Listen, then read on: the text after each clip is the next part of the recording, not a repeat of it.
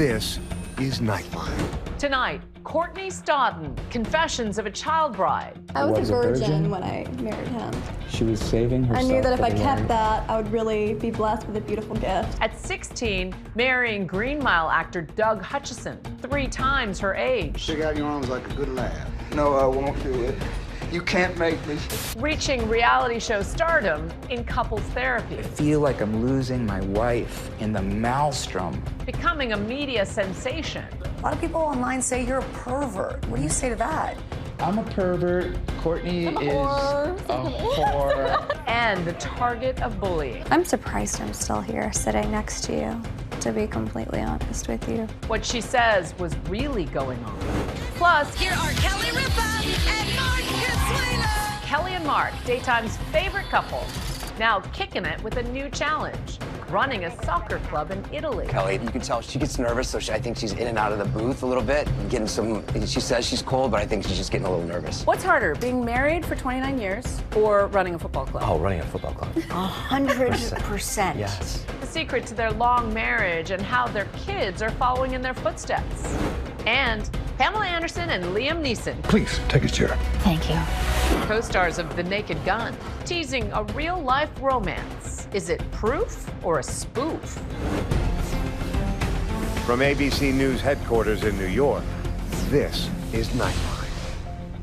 Thanks for joining us. Tonight, at an age when most teens are learning to drive, Courtney Stodden was getting married to a Hollywood actor older than her own father. At the time, she called him her soulmate. But now, she says, what was going on was much darker. Here's another look.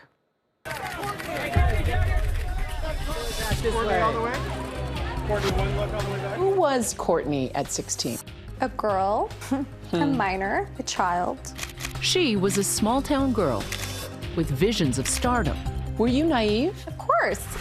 At 16, weren't we all? I was screaming for some kind of love. He was a Hollywood actor, perhaps best known as the sadistic prison guard in The Green Mile. No, I won't do it. You can't make me. I was a child. He had power. Courtney Stodden, the teenage bride who married 51-year-old Doug Hutchison in 2011. It raised eyebrows across the country. A 16-year-old bride may seem like something from another culture or century. 51-year-old actor Doug Hutchison meets 16-year-old Courtney Stodden. They get married. Most people get their driver's license at 16. I got married at 16. I was a kid getting ready to consummate a marriage to a man older than my father. Their very first interview after that bombshell marriage 14 years ago, sitting down with ABC News. I was a virgin when I married him. She was saving herself. I knew that if for I the kept Lord. that, I would really be blessed with a beautiful gift, and God did. He blessed me with my soulmate. Now, after divorcing Doug and getting remarried, the woman who was at the center of a firestorm says she's taking back her power, reflecting on her past that shaped who she is today. She says she's a crusader for other young, vulnerable women. When you're in love and you're underage, you're like, oh, this is my first love. Were you in love? I thought I was. I was in love with what he groomed me into believing was true. And I was in love with feeling so happy. Special. And feeling so special. And now in retrospect, I was never special. So how is this legal? Everyone wanted to know how this happened, why this happened, and who said it was okay that something like this could happen. Everybody thought, did she lie? What happened? Nope, she had her parents' permission. Courtney was a sophomore in high school when her mother, Krista, signed over consent, allowing her young daughter to wed a man 3 times her age. So she said, I can feel my daughter's love for you. I can feel it, and I can feel your love for her. It was Krista who said, you know, you guys can get married if you want. As a young girl from Washington State, Courtney dreamed of a future in Hollywood. Wanting to support their daughter's dreams, Courtney's parents started looking for someone who could help her break into show business, and they found it in Doug Hutchison. At the time, Doug was advertising private acting lessons after having found fame in Hollywood and television, like on Lost. I'm not making any sense, am I? No. After only 6 months of getting to know each other online and over the phone, Doug traveled to Courtney's hometown of Ocean Shores, Washington. His intention? To meet Courtney face-to-face for the very first time, and then ask her parents, Krista and Alex, for her hand in marriage. Courtney's mom later signed over consent, and with that parental permission, Courtney and Doug got married in Las Vegas, where it was legal. My colleague Lara Spencer spoke with the pair nearly a month after their wedding. A lot of people online say you're a pervert. What do you say to that? I'm a pervert. Courtney is a whore, and other.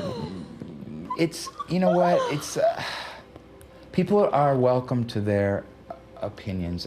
That's what the world is about. It was Courtney's first television interview. When you look back on that, what goes through your mind? If I could, I would go bust down that door mid-interview, grab her, and give her a hug. I have to say, when I look back at the interview, you look a little out of it. You know what's funny? I was sober. Really? And I was hoping you were gonna ask this question because I've always wanted to be asked this for like over 10 years. Wow. I was completely sober. But after that interview, I wasn't sober anymore. Overnight, Doug and Courtney became a media sensation. She was just fascinating to people. People wanted to know why this beautiful young girl was allowed to get married and then why she married this old man. The newlyweds would become the butt of tabloid fodder, like on CNN's The Ridiculist. So she probably only had to miss 1 day of high school. And what was she going to miss in 11th grade anyway? Algebra?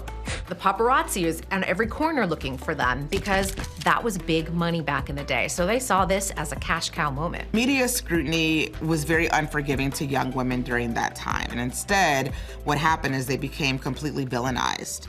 This idea that the paparazzi not just hounded you, but shamed you or helped put you on the stage, and then you were shamed. Well, the paparazzi were trying to pay their rent, you know. You're very gracious. I really never blamed the paparazzi. I really never did. And that you also related to, when you saw the Britney doc, all the paparazzi, that those were the same paparazzi. Yeah, I recognized all of them. What was that reaction like for you? How did you? It made me feel less alone. I think in the 2010s, paparazzi was like hardcore. You know, you look at what Britney Spears and Paris Hilton and young celebutantes kind of went through with regards to the paparazzi and the tabloids. I mean, it was just a 24-hour frenzy. Their unorthodox relationship fascinating and repulsing some in the public. As Courtney and Doug became more high profile, so did the backlash against their relationship, with celebrities singling out Courtney. Chrissy Teigen tweeted at the then 16-year-old Courtney in 2011, "I hate you," and later, "My Friday fantasy, you, dirt nap." And I know she's saying that it was from alcohol or whatever she wanted to say it was from. Saying this to a child when you're the queen of Twitter, it was so much. Chrissy has said, you know, in the long run that she was going through something and she apologizes for that. But it's a real dark turn to this entire story. I did actually almost succeed at committing suicide because of, it was a huge part of it. I had a suicide letter written. Sorry. I remember my last thought was, you know, maybe I don't deserve to be here when people that high up are telling me I don't deserve to be. Years later, when the messages resurfaced, Chrissy Teigen says she lost multiple brand deals and apologized to Courtney, writing in part, "I have tried to connect with Courtney privately, but since I publicly fueled all this, I want to also publicly apologize. I'm so sorry, Courtney. I hope you can heal now, knowing how deeply sorry I am." After almost 10 years of marriage, Courtney says she finally filed for divorce in 2020. She was 26. Doug was about to turn 60. In a statement to Impact, Doug writes in part, these false, malicious, and egregious allegations are sadly and assumedly fueled by Courtney Stodden's insatiable and desperate desire to remain in the entertainment media limelight at all costs. Ms. Stodden has a history of unfortunate deception and/or exaggerations to depict herself as a victim, using unsubstantiated and provocative terms, incautiously, like grooming, abusive, and predatory. If you take the time to explore an unbiased deep dive into Ms. Stodden's deceptive and narcissistic nature, you would uncover a plethora of manipulative dishonesty. And Courtney Stodden recently sharing that she's on a newfound journey of sobriety. We wish her all the best. For much more on this story, watch Impact by Nightline, Confessions of a Child Bride, now streaming on Hulu and Hulu on Disney+.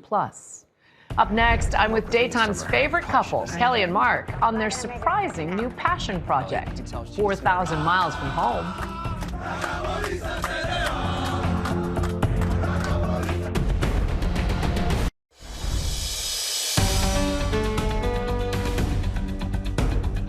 Welcome back. You know, Kelly, Ripa and Mark Consuelos are taking on a new adventure with an Italian soccer team with a long, rich past and fervent fans, kind of like Kelly and Mark themselves. They invited me in for an up-close look at the Wolves. What's harder, being married for 29 years or running a football club? Oh, running a football club. 100%. Yes.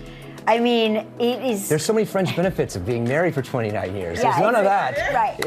in football. But there are plenty of fringe benefits to being daytime TV royalty. The Live with Kelly and Mark couple, the king and queen of talk, are kicking it with a new crew, an Italian soccer team. Buddy, if you're in, I'm in. All right, let me look into it. I'll clear it back. Okay, bye. Ciao. What do you think, babe? Per favore, lasciami mangiare in pace. In some ways, this is an empty nesters project for you two. We wouldn't have been able to do it 10 years ago. We were so ensconced in the day-to-day of, you know, seeing our children through to fulfill their dreams. And so in a lot of ways, we didn't have the sort of freedom of decision. But you know what it's like, Juju. You're a working mother, and you prioritize, as any working parent, yourself last, like what your personal dreams and goals are. Yeah, and I never thought about it that way, but you're right. It's given us, you know, there's a big hole, you know, in our lives when your kids leave, and this has given us something fun to work together on. And something else to nurture. Yes. Something else. Yeah, that's correct. Other kids to worry about. Their three grown children, Michael, Lola, and Joaquin, are indeed chasing their own dreams. Well, your daughter shows up, right, in this series. Your son shows up occasionally on the talk show. I feel like creativity is a family business. It is. I don't know why they all went into the family business, and I don't know if we made it look fun to them. I thought we made it look pretty difficult. I think we made it look unfun. But to have Lola come to watch the games, and she says, you know, this is essentially my team. The Consuelos' team, Campobasso, a tribute to Mark's Italian mother and his childhood growing up playing soccer in Italy, scooping up the underdog team in 2022. I'm not going to make it a second half. I think she's just getting a little nervous. I had to come in. My nerves are starting to shut down. Their passion project documented in the ESPN limited series Running with the Wolves. Mark and Kelly first met on the set of the ABC soap All My Children. I pronounce you husband and wife. The young couple eloping in Vegas 29 years ago. What do you think is the key to your longevity as a couple and to be so vibrant together? We really like each other. We love each other, obviously, but we really like each other, and we have different interests, and we support each other in those different interests, and I think it makes us even stronger. After joining Live with Regis Philbin in 2001, Kelly went on to win 7 daytime Emmys.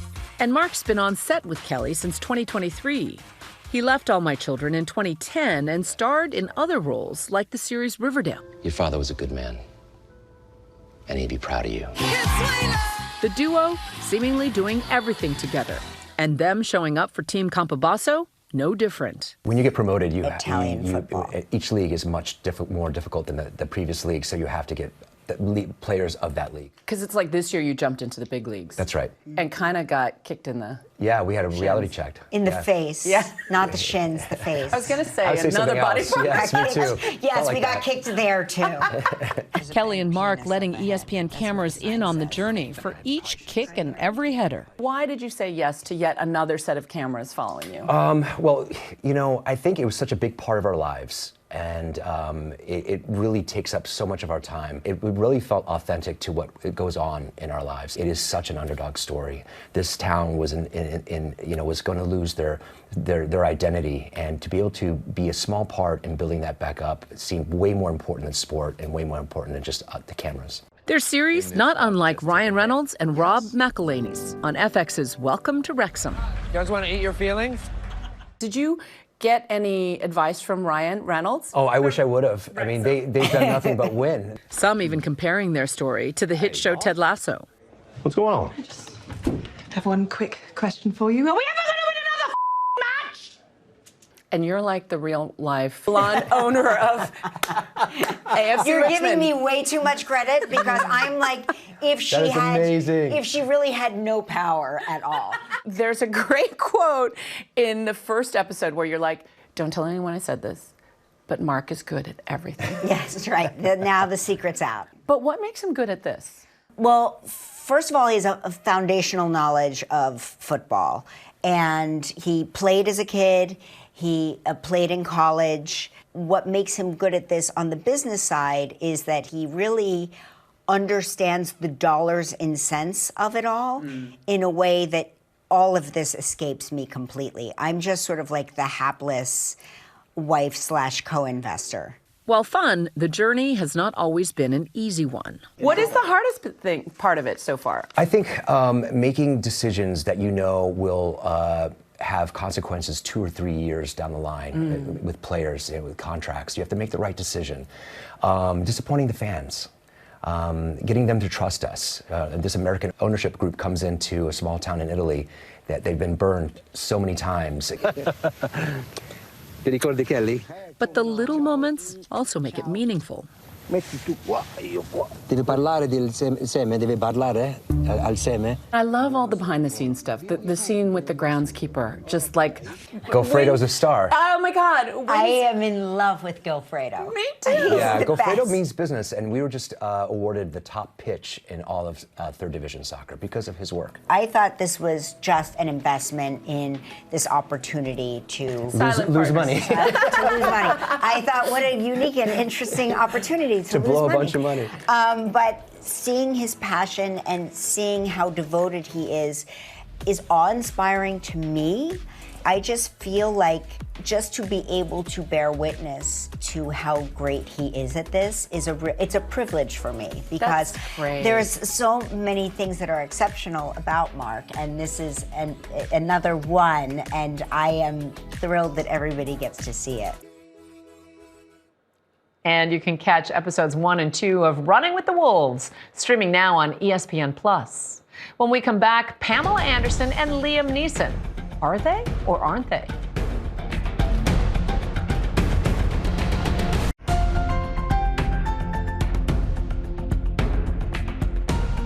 And finally tonight, Pamela Anderson and Liam Neeson, sharing the screen in the upcoming The Naked Gun. Take a chair. Thank you.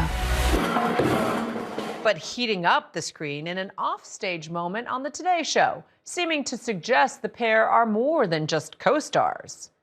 Neeson and Anderson made the premiere red carpet a joint family affair. People magazine reporting today that the couple is in the early stage of dating. Is it proof or a spoof? We reached out for comment but haven't heard back. So, as they say in Hollywood, only time will tell. Stay tuned. That's Nightline. See you right back here tomorrow, same time. Thanks for staying up with us. Good night, America.